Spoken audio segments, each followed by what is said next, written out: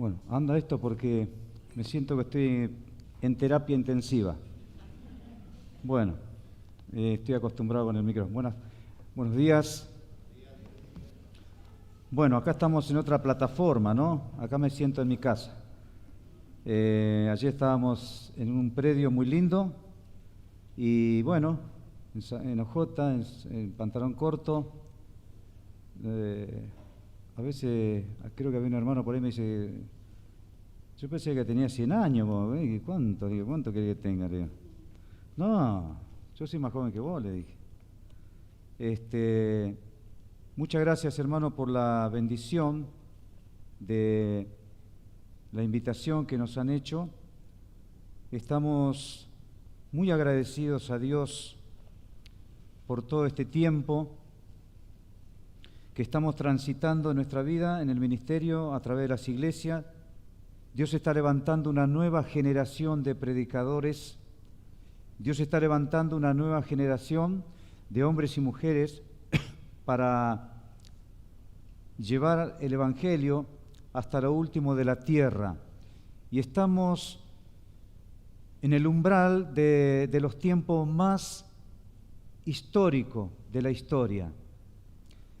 Y damos gracias a Dios por este privilegio que ustedes me han dado. Yo estoy compartiendo este mensaje a través de varias iglesias ya en Argentina, tanto en Buenos Aires como acá en Mendoza y como en otros lugares donde vamos a estar visitando, y Mendoza de vuelta en la otra semana que voy a estar predicando en una iglesia, y estoy hablando de este mensaje, de la segunda carta de Pablo a Timoteo. Estoy con Alba, mi esposa, tenemos 2 hijas, Brenda, me olvidé de pasarle al hermano para que vean a nuestras hijas, pero bueno,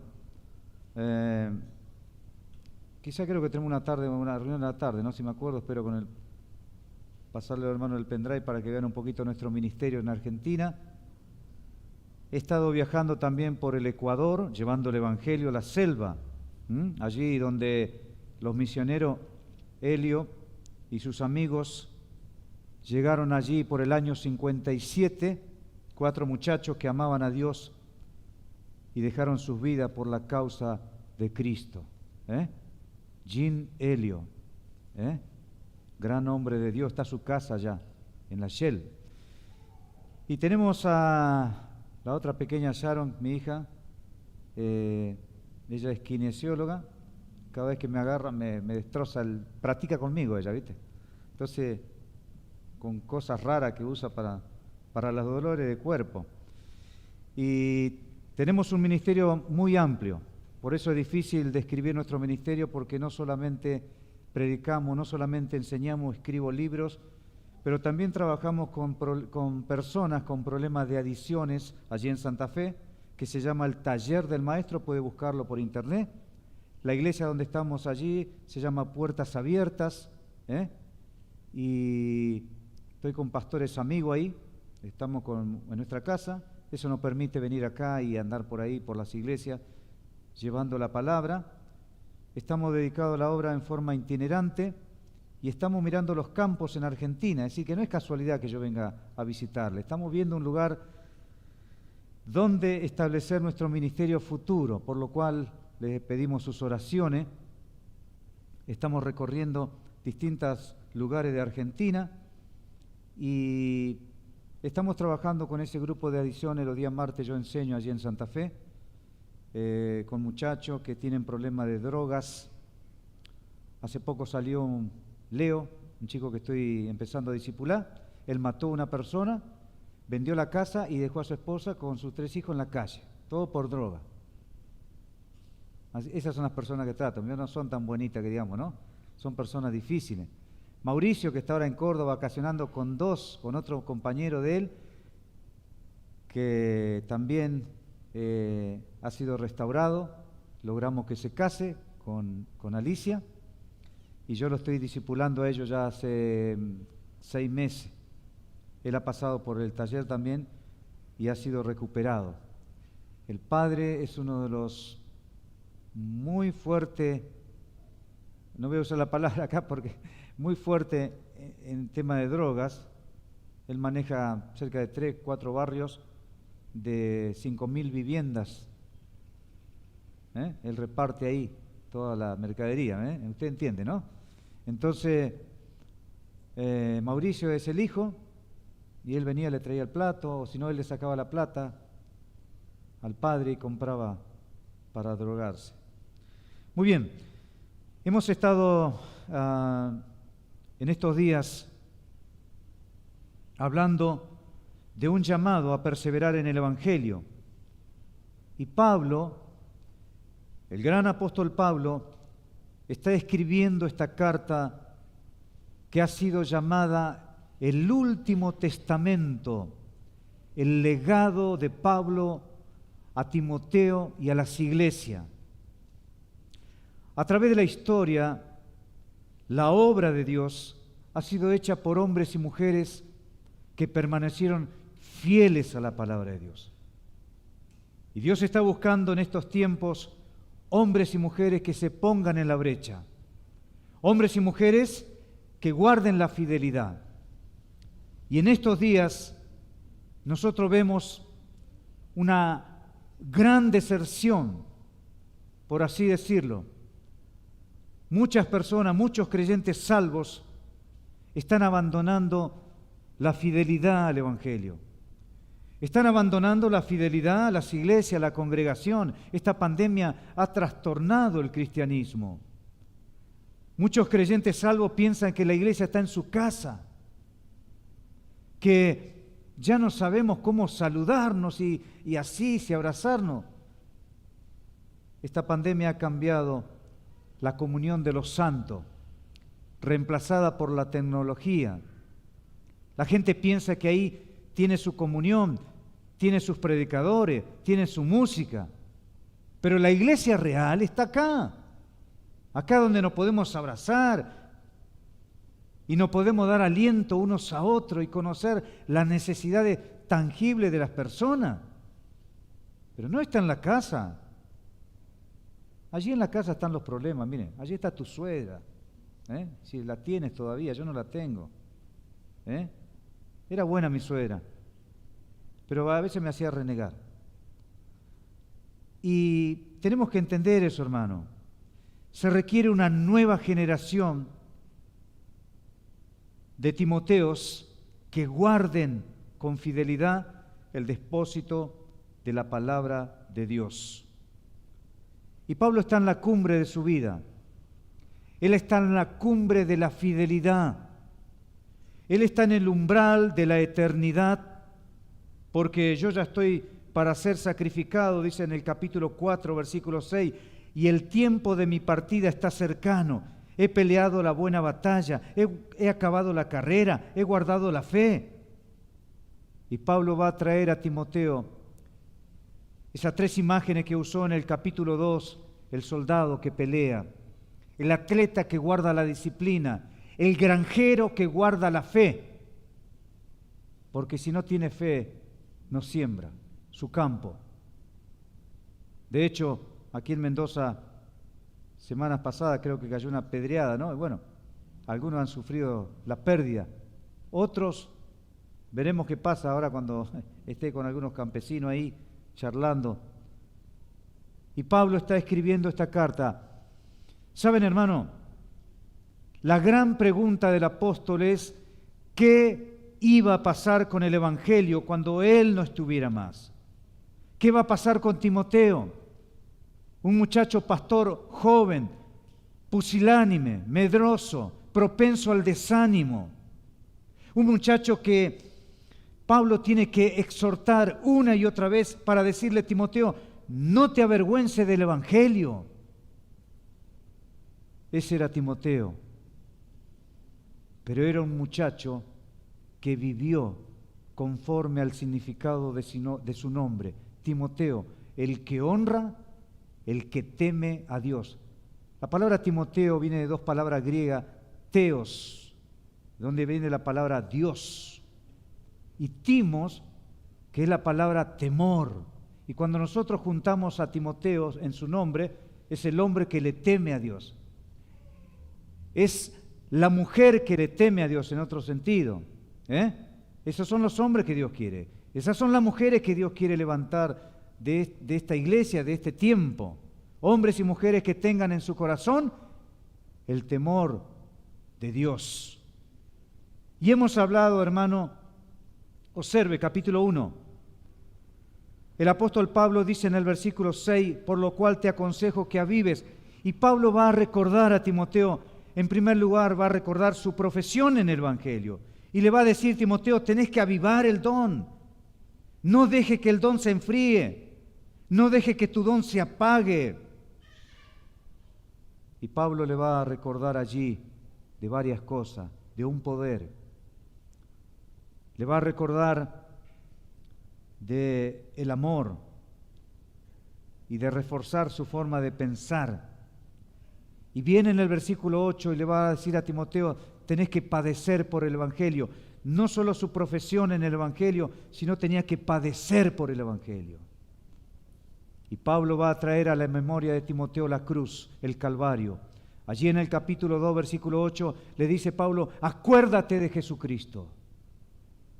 Y va a traer a su memoria no solo la cruz, sino las cadenas de Pablo. El hombre que está escribiendo allí, en Roma, encadenado a un soldado romano. Y en tan solo 6 días, una hacha va a brillar en el sol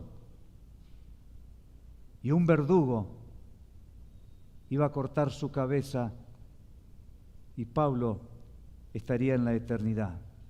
Y le va a recordar no solo la cruz, no solo las cadenas, sino también la consagración de un hombre llamado Onesíforo, que salió por Roma, que se fue a Roma y comenzó a buscar a Pablo y llegó allí para confortar, trayendo aire nuevo, aire fresco al alma del hombre de Dios que estaba solo allí en Roma. Capítulo 2. Vamos a terminar en esta mañana.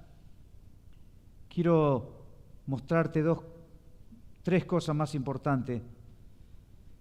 Pablo no solo va a recordar a Timoteo su profesión en el Evangelio, no solo que Timoteo tenía que padecer por el Evangelio, sino que Pablo le va a recordar a Timoteo de la importancia de preparar hombres fieles. Número 3.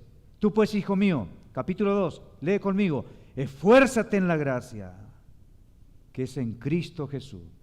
Lo que has oído de mí, Timoteo, esto encarga a hombres fieles, que sean idóneos también para enseñar a otros.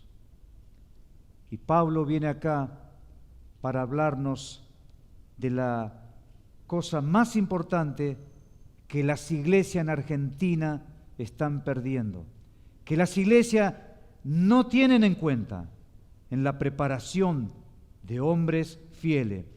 Y Pablo va a desafiar a Timoteo para que Timoteo desafíe a la próxima generación de hombres y mujeres para llevar el Evangelio a todo el mundo. ¿Qué tenemos acá?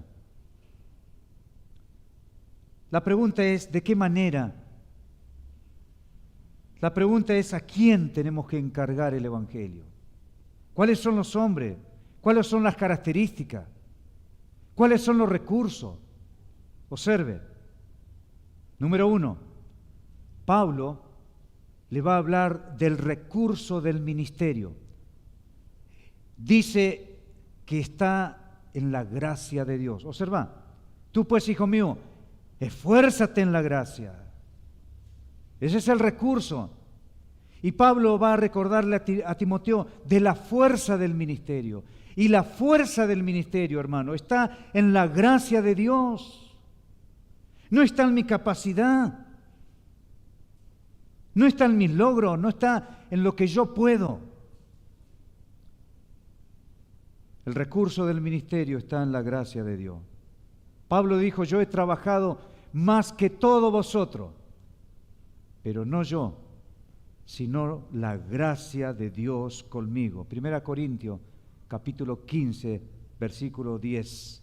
Dios le dijo a Josué, esfuérzate y sé valiente. Josué capítulo 1, versículo 6. A los corintios Pablo le dijo, velad, estar firme en la fe, portaos varonilmente, esforzaos. 1 Corintios 16, 13. Al final de la carta a los Efesios, Pablo le dice, por lo demás, hermano, fortaleceos en el Señor y en el poder de su fuerza. Efesios capítulo 6, versículo 10. Ahora este verbo acá, esfuérzate, está en ese modo imperativo pasivo, que aparece también en Efesios capítulo 6, versículo 10, y en la forma activa este verbo aparece en Filipenses 4:13, cuando Pablo dice, todo lo puedo en Cristo, que me fortalece. Y cuando nosotros pensamos en esta palabra endúnamo, que es la palabra que Pablo está usando aquí, esfuérzate en la gracia, no está hablando de un poder explosivo, está hablando de un poder generador, dínamos, generador de poder y de poder, porque poder explosivo hace ruido, y hay muchos por ahí que están haciendo ruidos, que son como truenos sin lluvias, pero no tienen fruto. Pablo está hablando acá de un poder en contacto con la gracia de Dios. Es como la luz. Si usted saca esa lámpara, no hay poder. Pero cuando usted enchufa, cuando usted conecta esa lámpara con la electricidad, hay poder, hay luz. Esa es la idea que Pablo está hablando acá. Y Pablo le dice a Timoteo, mantente en contacto con la gracia. No deje la gracia de Dios. Y cuando nosotros no estamos en contacto con la gracia, comenzamos a perder batalla. El enemigo nos comienza a ganar. Las tentaciones nos comienzan a debilitar y perdemos el poder para hacer la obra de Dios. Número 2. Pablo no solo le habla del recurso del ministerio. Observen, dice esto encarga, esfuérzate en la gracia. Lo que has oído de mí, Timoteo, esto encarga a hombres fieles la responsabilidad del ministerio. Hermanos, estamos en un tiempo donde no es fácil seleccionar hombres. Y la responsabilidad del ministerio tiene que ver con la fidelidad de hombres fieles. Estaba hablando allí en Buenos Aires con algunos ancianos y me decía uno de ellos, no es fácil buscar hombres acá. Estamos hablando de una iglesia de 1000 miembros. Estuve predicando mucho tiempo. El año pasado todo un mes entero. Ahora 15 días. Y vuelvo todo este año a ello. Y yo le digo, ¿cómo no hay hombre acá? ¿Cómo no hay hombre acá? 1000 personas. Él me decía, no lo veo. No es fácil encontrar hombres fieles, capaces, competentes, cuidadosos de la doctrina. Y esta es la responsabilidad que todo anciano pastor tiene en las iglesias, de preparar hombres fieles para continuar con la obra del Evangelio. Y eso muchas veces no lo vemos. Por eso tenemos que tener cuidado y tenemos que aprender a seleccionar a los hombres, no solamente porque asisten a la iglesia, no solamente porque tienen comunión con Dios, no solamente porque leen la Biblia, no solamente porque son buenos, no, tenemos que ver las cualidades. Y esta es una de las responsabilidades más importantes que recae sobre un líder, sobre un pastor. Ningún rey, presidente, político, doctor, abogado, juez, comandante militar tiene la responsabilidad tan grande como la que tiene un pastor, como la que tenemos nosotros, de enseñar el consejo de Dios. Por eso tenemos que entender, hermano, que la permanencia de tu ministerio va a depender de la capacitación de tus líderes o de la capacitación de hombres y mujeres que sean capaces de continuar con lo que tú has comenzado. Y Pablo tenía esa visión.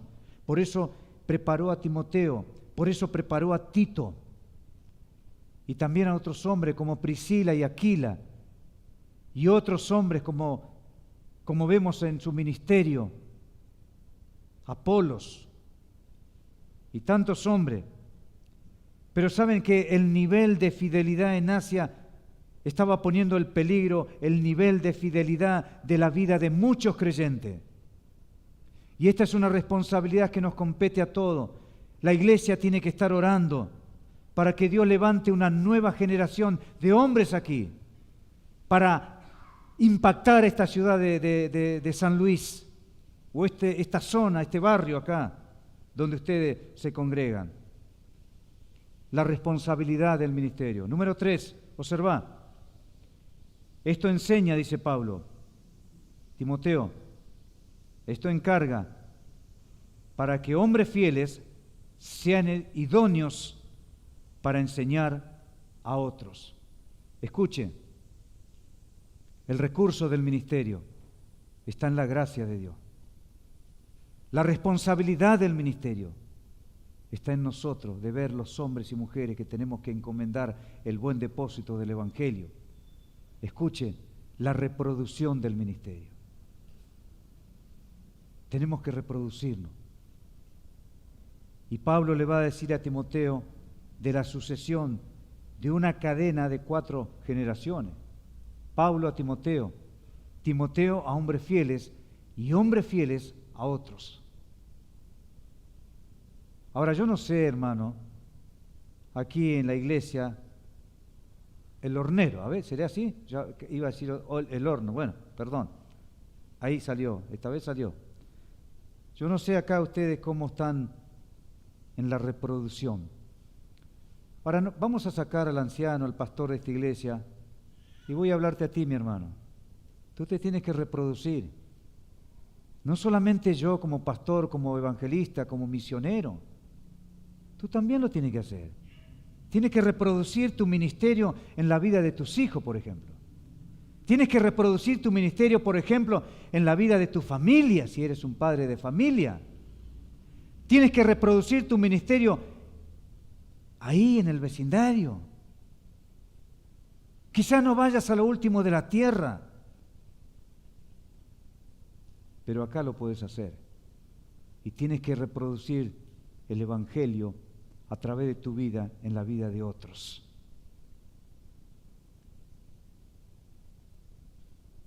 Y Pablo está escribiendo, y está en la cumbre de la vida. Timoteo, ¿me vas a dejar? ¿Vas a ser como Demas amando el mundo? Y Pablo le dice a Timoteo, recordá la profesión de tu ministerio. Recordá, Timoteo, que vas a padecer, por lo cual asimismo padezco, le dice Timoteo, Pablo. No me avergüenzo, porque yo sé a quién he creído. Y Pablo le va a decir a Timoteo, Timoteo, tenés que preparar hombres fieles para el Evangelio. Capítulo 4.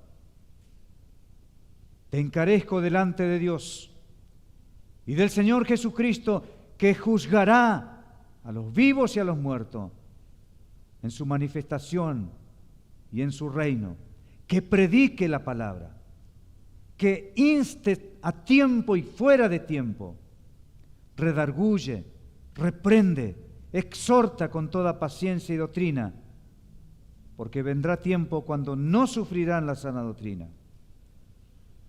Versículo 5, Timoteo, sé sobrio, soporta las aflicciones, haz obra de evangelista, cumple tu ministerio, porque yo ya estoy para ser sacrificado.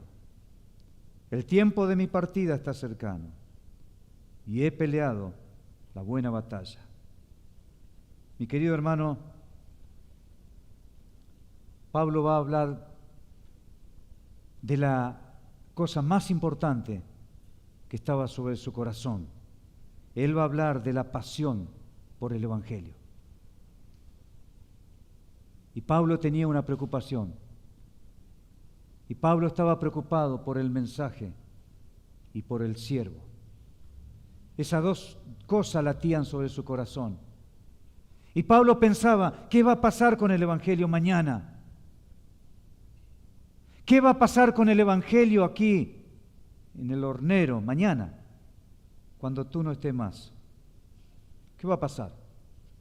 ¿Qué va a pasar con el Evangelio en tu familia, cuando eres padre de familia y mañana Esparta? ¿Qué va a pasar con el Evangelio cuando no sabemos qué hombres o mujeres va a levantarse de esta iglesia? La pasión por el Evangelio. ¿Sabes? Pablo va a confrontar a Timoteo con el tribunal de Jesucristo. Observe, te encarezco delante de Dios, que juzgará a los vivos y a los muertos en su manifestación y en su reino. Nunca vas a estar más solo que en aquel día, ¿lo sabía? Nunca vas a estar más solo que en el tribunal de Jesucristo. Y nos preguntamos muchas veces, ¿por qué tengo que predicar el Evangelio? A veces pensamos que el Evangelio es una comisión, es una misión solamente para evangelistas, para misioneros. Todos somos llamados a predicar el Evangelio. Hay una comisión, Mateo 28. Hay que comparecer ante el tribunal de Jesucristo. 2 Corintios 5:8, versículo 9. Hay una corona de gozo y de gloria. 1 Tesalonicenses capítulo 2, versículo 19 y 20. ¿Sabes? El Señor Jesucristo dijo a su discípulo que en los últimos días el amor de muchos se enfriará. Y estamos viendo una pasividad. No nos damos cuenta, no tomamos conciencia que la demanda del Evangelio es urgente. No tomamos conciencia que cuando pensamos en el Evangelio tenemos que hablar de cielo, pero de infierno. Hoy se predica un Evangelio del hombre sin pecado y de un amor sin juicio. La gente dice, no, Dios es amor, Dios no me puede condenar a mí. Él es bueno. Hoy se predica un Evangelio del amor de Dios sin juicio y del hombre sin pecado. Somos buenos. Pero cuando uno va a las Escrituras, en 2 Tesalonicenses capítulo 1, versículo 8 y 9, y en llama de fuego, para dar retribución a los que no conocieron a Dios. Y si tú estás aquí en esta mañana sin Cristo, sin esperanza, la Biblia dice que tú eres un pecador y que si tú no te arrepientes, la Biblia dice que Dios el Padre, Dios el Hijo, Dios el Espíritu Santo te van a condenar a una eternidad sin Dios. ¿Lo crees? Ojalá que sí. Observe, Pablo va a recordar a Timoteo el valor de predicar. No te avergüences, capítulo 1, versículos 7 y 8. Timoteo, tené valor. 2, el veredicto de predicar, por el juicio de Dios, que juzgará a los vivos y a los muertos.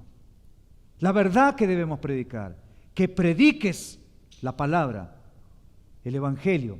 ¿Sabes? El Evangelio contiene la verdad.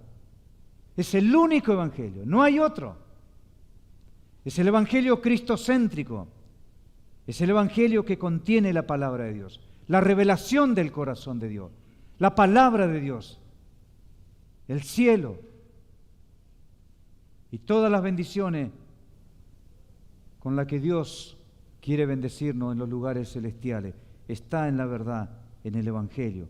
El valor de predicar, el veredicto de la predicación, la verdad que debemos predicar, la variedad.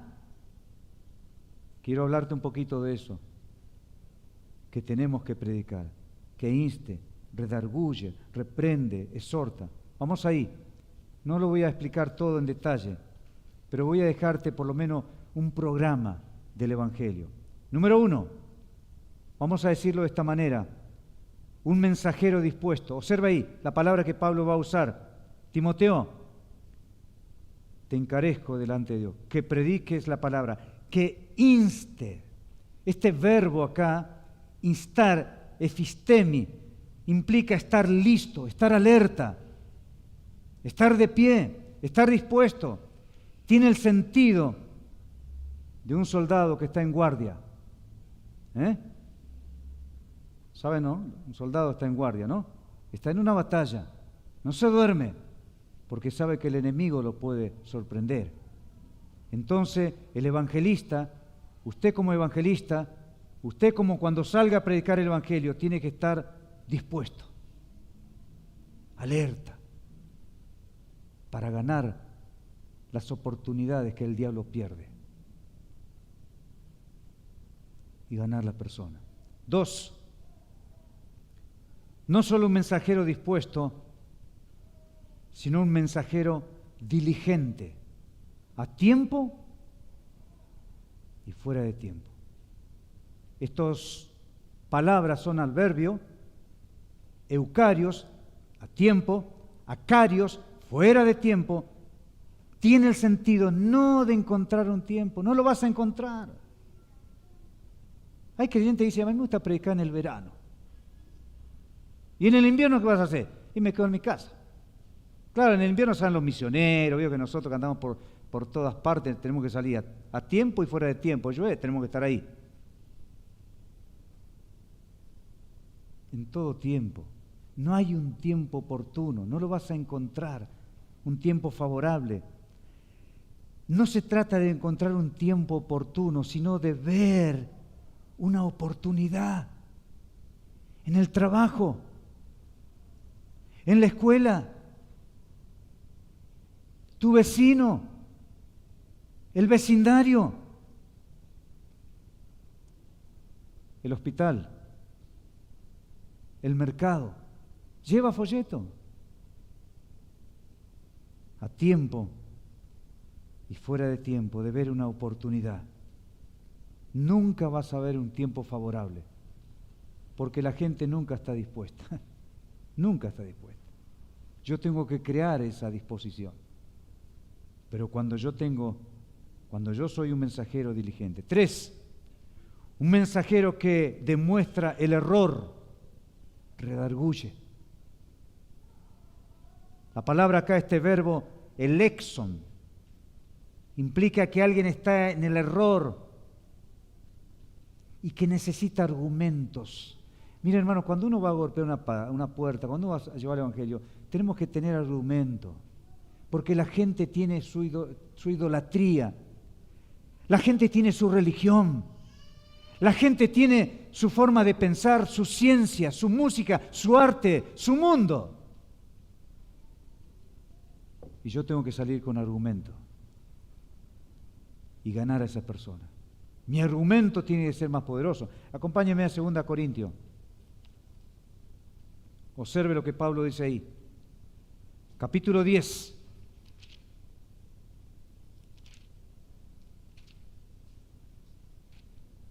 Dice el apóstol Pablo, versículo 3, porque aunque andamos en la carne, no militamos según la carne, porque las armas de nuestra milicia no son carnales, sino poderosas en Dios para la destrucción de fortaleza.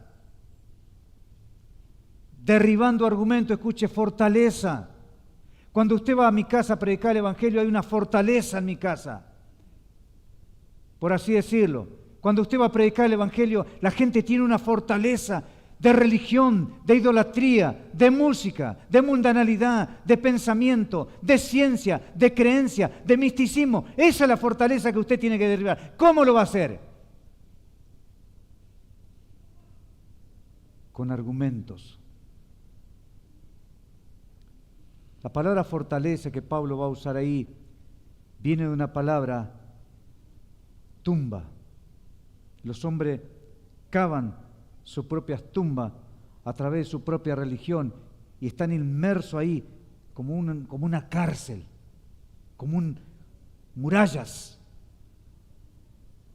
Y no es fácil sacar a una persona de ahí. Hace unos días atrás me preguntaban varios creyentes, me dice Roja, ¿cuáles son los demonios ahora?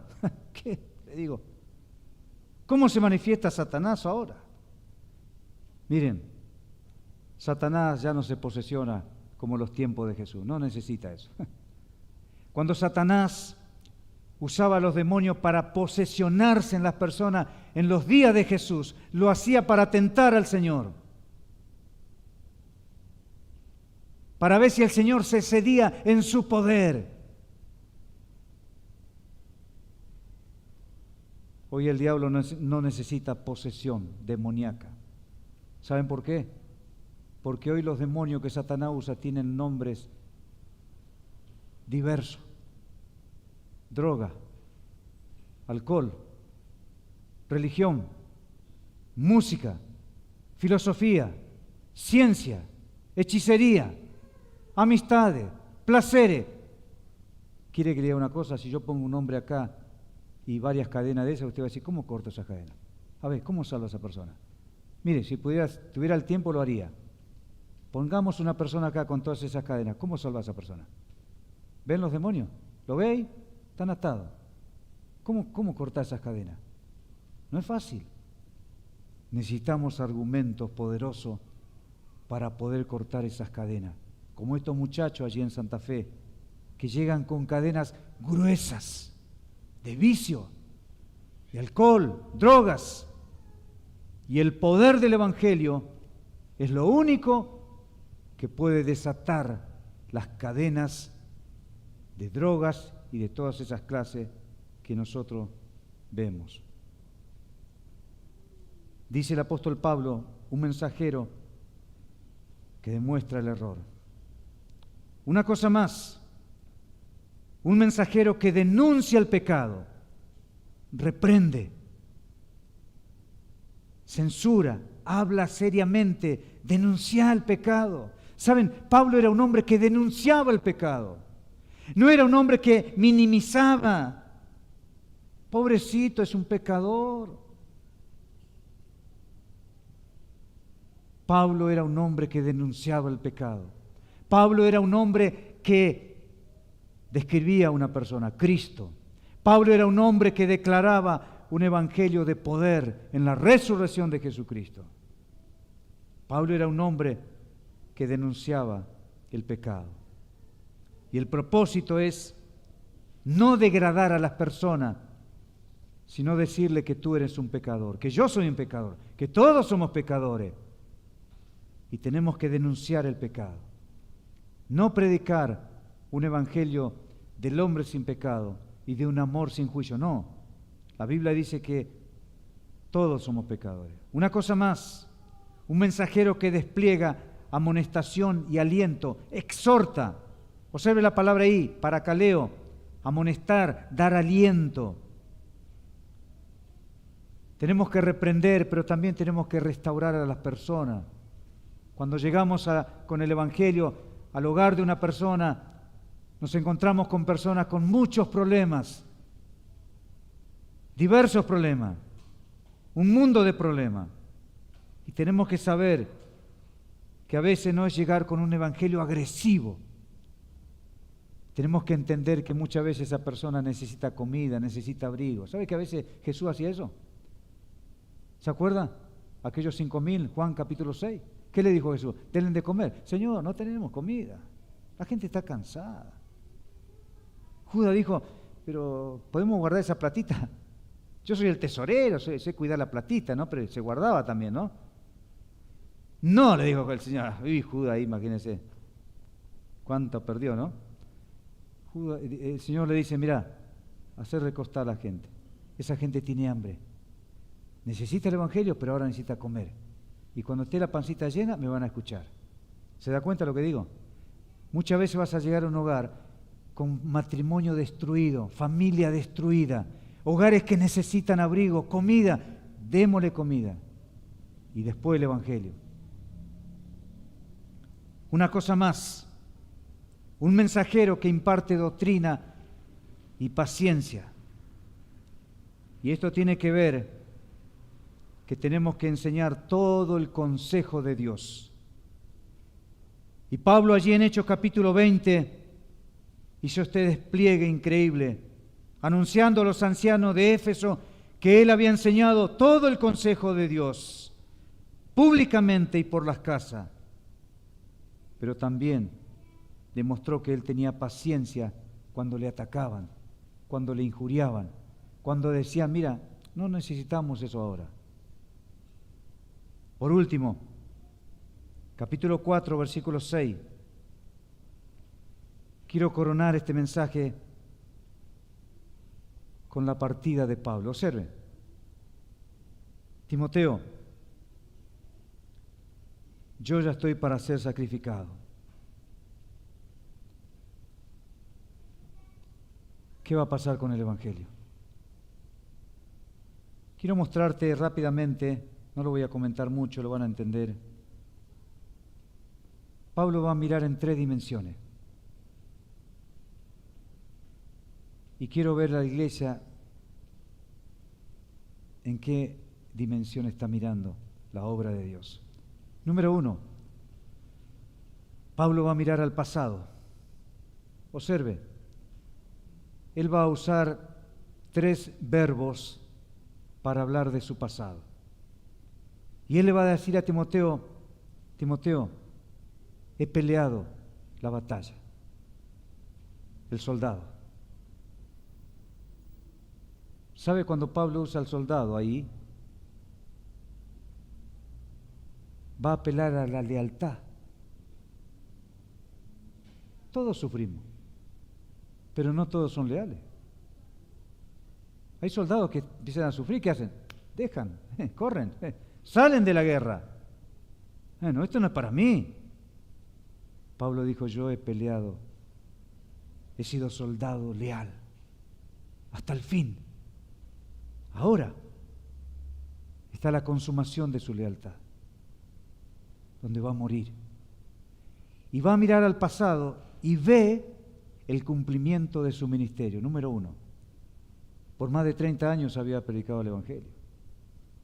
Había enseñado todo el consejo de Dios.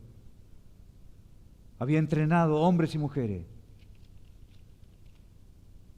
Y él le va a decir, Timoteo, yo he peleado, he corrido la carrera, el atleta, disciplina. El atleta guarda la disciplina, el régimen de disciplina. ¿Y cuál es la figura tercera? El labrador, el granjero, que guarda la fe. Y él guardó esa fe hasta el fin de su vida. Pablo mira al pasado y ve el cumplimiento de su ministerio. ¿Qué ves en tu pasado? No me lo diga. ¿Qué pasado está viendo la iglesia acá? 2, Pablo mira al porvenir, adelante,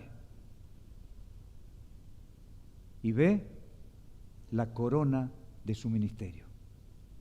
La corona no en justicia, sino la que consiste de justicia, que será la recompensa por la justicia de Dios otorgada al vencedor en su venida. Y él ve la corona. ¿Cuál es tu corona? ¿De gozo? ¿Incorruptible? ¿De gloria? ¿De vida? La corona de justicia. ¿Cuál es tu corona? ¿Por qué corona estás peleando? Por último, Pablo mira al pasado y ve el cumplimiento de su ministerio. Y Pablo mira adelante y ve la corona. No importa, el verdugo va a cortar su cabeza en tan solo días. pero Él está mirando la corona. Pero escuche, ¿sabe que a pesar de que Pablo estaba en el umbral de la eternidad, él va a mirar al presente y ve los conflictos del ministerio? Capítulo 3. También debes saber esto, Timoteo, que en los postreros días vendrán tiempos peligrosos. Capítulo 4, versículo 3. Porque vendrá tiempo cuando no sufrirán la sana doctrina. Teniendo comezón de hoy se amontonarán maestros conforme a su concupiscencia, apartarán de la verdad el oído y se volverán a la fábula. Timoteo, vas a tener que enfrentar el conflicto más importante, más grande, porque yo ya estoy para partir. Y Pablo pasea su mirada por la vida y se da cuenta que había uno que estaba cerca de su corazón. Era de su confianza, pero quería que esté cerca de sus cadenas, pero no podía. Capítulo 4, versículo 9. Procura venir pronto a verme. Demas me ha desamparado amando al mundo. Tito se fue a Dalmacia. Solo Lucas está conmigo. Hermanos, qué tremendo que ha sido Pablo, ¿no? Yo no sé qué está mirando la iglesia. La verdad que no sé en qué dirección está yendo tu vida, pero me gustaría llegar al final de la vida y decir como Pablo: he acabado la carrera, he cumplido con el ministerio, por lo demás me está guardada una corona. Y mirar al presente también y ver los conflictos del ministerio, pero motivar, alentar a otros hombres, porque Pablo va a alentar a Timoteo y le va a dejar este legado que nosotros estamos viendo en esta mañana. Y le va a decir a Timoteo: Timoteo, predicá, tené pasión, no pierda la profesión de tu ministerio por las distracciones del mundo, porque el soldado que milita no se enreda en los negocios de la vida. Timoteo, vas a padecer, sí, pero también prepara hombres fieles para que pueda continuar con lo que tú y yo hemos comenzado y llegar al final y poder decir como Pablo: la corona me espera. Que el Señor bendiga su palabra, que bendiga esta iglesia amada que vamos a tener en nuestras oraciones, y que esta palabra sembrada en estos días pueda traer ese fruto de una visión misionera, de una misión nueva, y que se pueda levantar de esta generación hombres y mujeres que se pongan en la brecha y le puedan decir a Dios: aquí estoy para servirte. Que el Señor bendiga su palabra.